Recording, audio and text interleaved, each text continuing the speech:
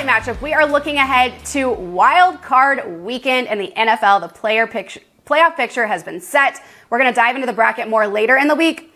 All I've got to say, Arky, is we are in for a treat. For our Spotlight matchup, we are going to start with that first game on Saturday. The fifth-seeded Raiders, who are 10-7, 5-3 on the road, will visit the four-seed Bengals, who are also 10-7, 5-4 at home. Fun fact, Arky, this is the first team since 1961 to have a head coaching change midseason and still make the playoffs in the Raiders. How about that? Golf clap for Rick Bisaccia. Bisaccia. Yeah, nice job by him. Well done. Right now, Cincinnati is the 6-point favorite at home with a total of 49.5. In the regular season matchup, that came in week 11. The Raiders went down hard to the Bengals at home, no less, 32-13. But something tells me that the Raiders aren't going to let that happen twice, especially coming off the high that was that Sunday Night Football game over the Chargers. I just don't think you do all of that and come this far just to lose in Wild Card Weekend, but who knows? Arky, I know where I'm going with this one. What about you?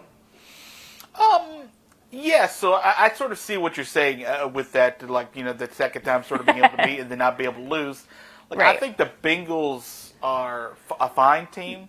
They're an exciting team to watch. Yeah. But there's something, a je ne sais quoi about this Raiders team that I really can't sort of figure out why they're even in the position they're in. You got this guy in Derek Carr who throws for a ton of yards, and yet they score like 21 points a game. Like, there's so many things about this team that doesn't make sense. They throw it so often. They don't run it nearly as effectively. But Josh Jacobs goes for over 100 yards last week in the overtime win.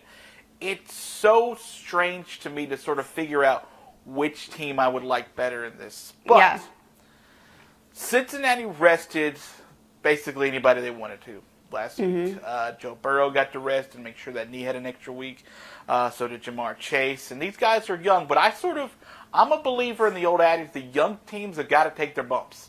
You can't just come out as a young team and just go through the heart of the schedule and then through the playoffs and then just romp through the playoffs. Yeah. I think this is going to be a much closer game than that first game indicated. In fact, the Raiders have had 6 of their last 7 games. 6 of their last 7, which did include that darn near tie on Sunday night, decided by 4 points or fewer. The Bengals have had 4 of their last 5 games decided by 5 points or fewer. The matchup doesn't look like it should be the Bengals anything less than a touchdown. But the weird thing is, I've said that about the Raiders multiple times this season, and they've won games, or they've covered the spread in these games, because they have a really good set of weapons. Walker Kessler is Darren Waller is a great tight end for them. Josh Jacobs is a really good running back, and Derek Carr, dude's Derek Carr. Like, he can put up video game numbers if he needs to, and he's able to come back and get that win over Indianapolis the week before last. So I don't know if the Raiders can win this game, but I do feel like they can cover the 6, even though they're going on the road to do it. So I'm going to take the Raiders plus 6 in this game. Okay. Did you say je ne sais pas at the beginning of that? All of that? Je ne sais quoi. A certain I don't know what. Oh, okay. I took French, and that's literally the only thing I remember. I've never taken French, and I learned that on like Yo Gabba Gabba or something. Those kid shows. Super educational. All right, first of all, let it be known, I am a certified Raider hater, but I don't know what it is this year. I think with all the coaching drama, the off-field drama, I just have this tiny, tiny soft spot for the Raiders this year, and I don't know where it came from because I don't like them. I also like Derek Carr as a person, and I want to see him do well just as long as it's not against the Chiefs. So with that said, this is a Bengals team that absolutely is not going to make it easy for them. We all saw what they did against the Chiefs just a few weeks ago, although that officiating was sus. The Joe Burrow to Jamar Chase combo is absolutely lethal. And speaking of lethal, in week 16 and 17, Joe Burrow combined for nearly 1,000 passing yards, Arky. 971 to be exact, 8 touchdowns and no interceptions. And with those yards, it put him in second most in a 2-game span in NFL history, sitting right behind a guy named Dak Prescott. Now, Burrow did sit out, as we mentioned, in their week 18 game against the Browns. So obviously, he will play in this game, just a little banged up. I have no doubts he's not going to, but I don't think he will be playing at 100%. between those injuries and the beating that the Chiefs gave them. So the Raiders finished the regular season by getting hot at the right time, winning 4 straight and look to make it 5 on Saturday. Yes, Saturday, not Sunday. Something that has improved in those 4 games is the team run game that has gone from about 22 carries for around 84 yards to 31 carries for nearly 130 yards per game for the Raiders. I think we're going to get a much better game than we saw in the first meeting, especially from the Raiders.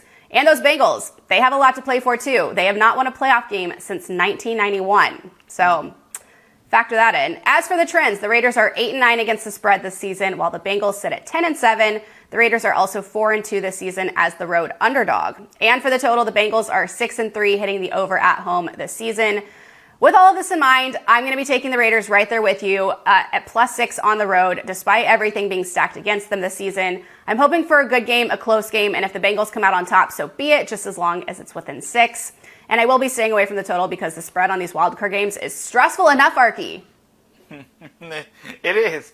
This is the only team in the playoffs, the Raiders being, that I really have no idea. Like, I do think they could come into this game and get schwacked by a very hot Bengals team, a very hot Bengals offense.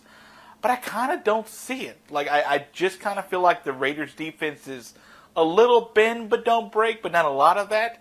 I mean, they were pretty stingy defense. You saw when Justin Herbert had to go like 20 plays to go for that 2-minute drive just to get it to overtime. Like, they can be stingy when they want to be. So that felt like it was 3 hours long. It was, actually. That's why it felt like it. It was 3 hours long.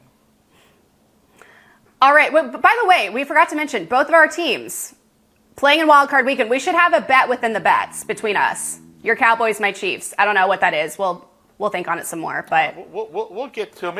It's just Tuesday, 2K. It's just Tuesday. I know. I'm just so excited. I love the NFL.